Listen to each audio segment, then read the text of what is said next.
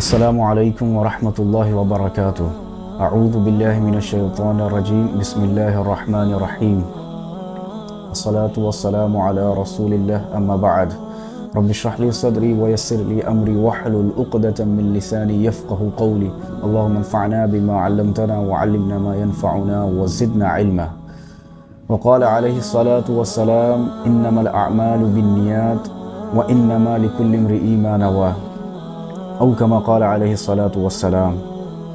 کہ اللہ کے نبی فرماتے ہیں کہ ہر اعمال کا دار و مدار نیتوں کے اوپر ہے، اور ہر عمل کا نتیجہ ہر انسان کو اس کی نیت کے مطابق ہی ملے گا۔ تو آج کی یہ پہلی حدیث،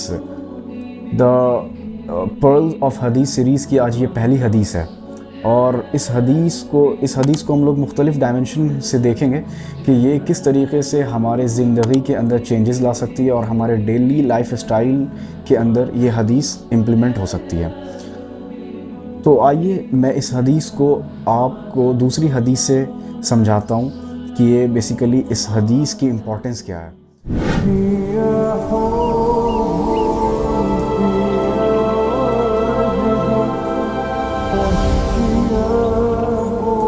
تو اللہ کے نبی دوسرے حدیث کے اندر فرماتے ہیں، قیامت کے دن اللہ تعالیٰ 3 شخص کو بلائیں گے۔ سب سے پہلا شخص کون ہوگا؟ وہ شخص جو عالم ہوگا، اور اللہ تعالیٰ ان سے فرمائیں گے کہ تم نے کیا کیا؟ تو وہ عالم فرمائے گا کہ اے اللہ، میں نے آپ کے دین کے علم کو سیکھا اور دوسرے لوگوں تک اس علم کو پہنچایا، دوسرے لوگوں کو سکھایا۔ تو اللہ فرمائیں گے کذبت، تو نے جھوٹ کہا، لہٰذا تو نے اس لیے سیکھا دین کے علم کو تاکہ لوگ تجھے بڑا کہیں، تاکہ لوگ تجھے بہت بڑا جانیں، اس لیے تو نے دین کے علم کو سیکھا، لہٰذا تو آج بڑا کہلا جا چکا۔ اس کے بعد اس بندے کو منہ کے بل گھسیٹتے ہوئے جہنم میں پھینک دیا جائے گا۔ پھر دوسرا وہ شخص ہوگا جو اللہ کے راستے میں جہاد کرتا ہوا شہید ہو گیا۔ تو وہ قیامت کے دن اللہ تعالیٰ اس شخص کو بلائیں گے اور اس سے کہیں گے کہ تو نے کیا کیا؟ تو وہ فرمائے گا کہ اے اللہ، میں نے آپ کے راستے میں جہاد کیا، یہاں تک کہ میں شہید ہو گیا، میں قتل کر دیا گیا۔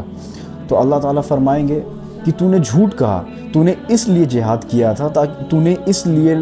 میرے راستے میں لڑائی کی تاکہ لوگ تجھے بہادر کہیں، تاکہ لوگ تجھے بڑا کہیں اور بڑا طاقتور کہیں، لہٰذا تو طاقتور اور بہادر کہا جا چکا۔ اور اس کے بعد پھر اس شخص کو بھی جہنم کے اندر ڈھکیل دیا جائے گا، پھینک دیا جائے گا۔ پھر تیسرا وہ شخص ہوگا جو مالدار ہوگا، اللہ تعالیٰ اسے بلائیں گے اور اس سے پوچھیں گے کہ تو نے اپنے مال کا کیا کیا؟ تو وہ کہے گا کہ اے اللہ، میں نے اپنے مال کو نیک کام کے لیے خرچ کیا۔ تو اللہ تعالیٰ فرمائیں گے کذبت، تو نے جھوٹ کہا، بلکہ تو نے مال اس لیے تو نے خرچ کیا تاکہ لوگ تجھے بہت بڑا کہیں اور لوگ تجھے سخی کہیں، لہٰذا تو سخی کہلایا جا چکا۔ پھر اس شخص کو بھی ڈھکیل کے جہنم میں پھینک دیا جائے گا۔ تو یہ میں نے جو آپ کے سامنے حدیث رکھی ہے، اس حدیث سے ہمیں کیا بات سمجھ میں آ رہی ہے کہ بندے نے اعمال اچھے کیے ہوں گے، یہ عالم بننا اچھی چیز ہے، ٹھیک ہے، شہید ہونا کتنی بڑا مرتبہ ہے شہید ہونا،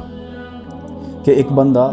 اللہ کے راستے میں شہید ہو جا رہا، اپنے جان کی بازی لگا دے رہا ہے، یہ بہت بڑی بات ہے۔ اور تیسرا وہ شخص جس کو اللہ تعالیٰ نے مال دیا، اپنے اس مال کو وہ خرچ کیا، یہ تینوں بہت بڑے ایکشنز ہیں، لیکن یہ ایکشنز انویلڈ، اور اس ایکشن کو اللہ تعالیٰ نے رد کر دیا۔ کس لیے؟ کس وجہ سے؟ تاکہ ان کے انٹینشنز پیور نہیں تھے۔ یہ لوگوں کے لیے یہ اعمال کیے، انہوں نے اپنے اعمال کو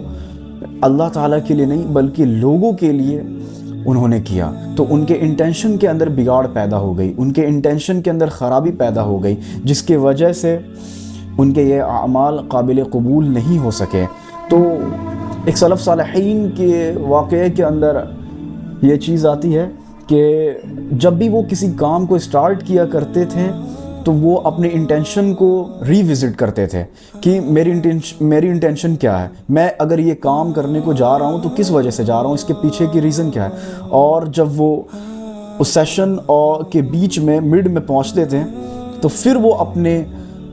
نیت کو ریوزٹ کرتے تھے کہ ابھی تک میری نیت کیا ہے، کیا یہ چینج تو نہیں ہو گئی، کیا یہ لوگوں کے لیے تو نہیں ہو گئی. پھر وہ وزٹ کرتے تھے، اور پھر جب وہ لیکچر کمپلیٹ ہو جاتی تھی، اور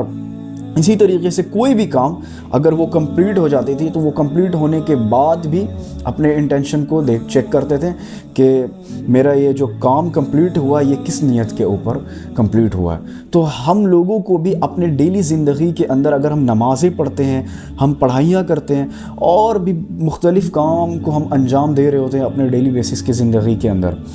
تو ان کام کو کرنے سے پہلے اور کرنے کے بیچ میں اور کرنے کے آخر میں ہم اپنے انٹینشن کو ضرور چیک کریں کہ یہ کام ہم اللہ تعالیٰ کے لیے کر رہے ہیں یا پھر لوگوں کے لیے کر رہے ہیں. پھر اور ایک جگہ اور بھی یہ بات آتی ہے کہ جب بندہ ریاکاری کرتا ہے اور جب وہ کسی کے لیے کوئی عمل کرے گا، کسی کو دکھلاوے کے لیے وہ عمل کرے گا، تو کل اللہ تعالیٰ اس سے صاف صاف کہیں گے کہ جا کے تم اس شخص سے نیکی حاصل کرو، اس شخص سے بدلہ لے لو جس کے لیے تم نے وہ کام کیا. تو ہم اپنے انٹینشن کو میک شیور کریں کہ وہ خالص ہو، اللہ تعالیٰ کے لیے ہو، چاہے وہ ہم ایک گلاس کسی کو پانی ہی پلا دیں، چاہے وہ کسی سے ہم اچھے طریقے سے بات ہی کر لیں، یا پھر اگر ہم اسٹوڈنٹ ہیں، ہم پڑھائی کرتے ہیں تو ہماری نیت یہ ہونی چاہیے کہ اگر یہ پڑھائی کرنے کے بعد جب جاب لگیں گی، پھر جاب سے جو ارننگ ہوگی اس ارننگ کو بھی ہم اللہ کے راستے میں خرچ کریں گے. تو اسی طریقے سے ہر ایک ایکشن کو کرنے سے پہلے آپ اپنے نیت کو خالص کر لیں تاکہ وہ ایکشن اللہ تعالیٰ کے نزدیک قابل قبول بن جائے اور اس کا اجر و ثواب آپ کو مل سکے، اور وہ ایکشن آپ کو جنت میں لے جانے والی بن جائے.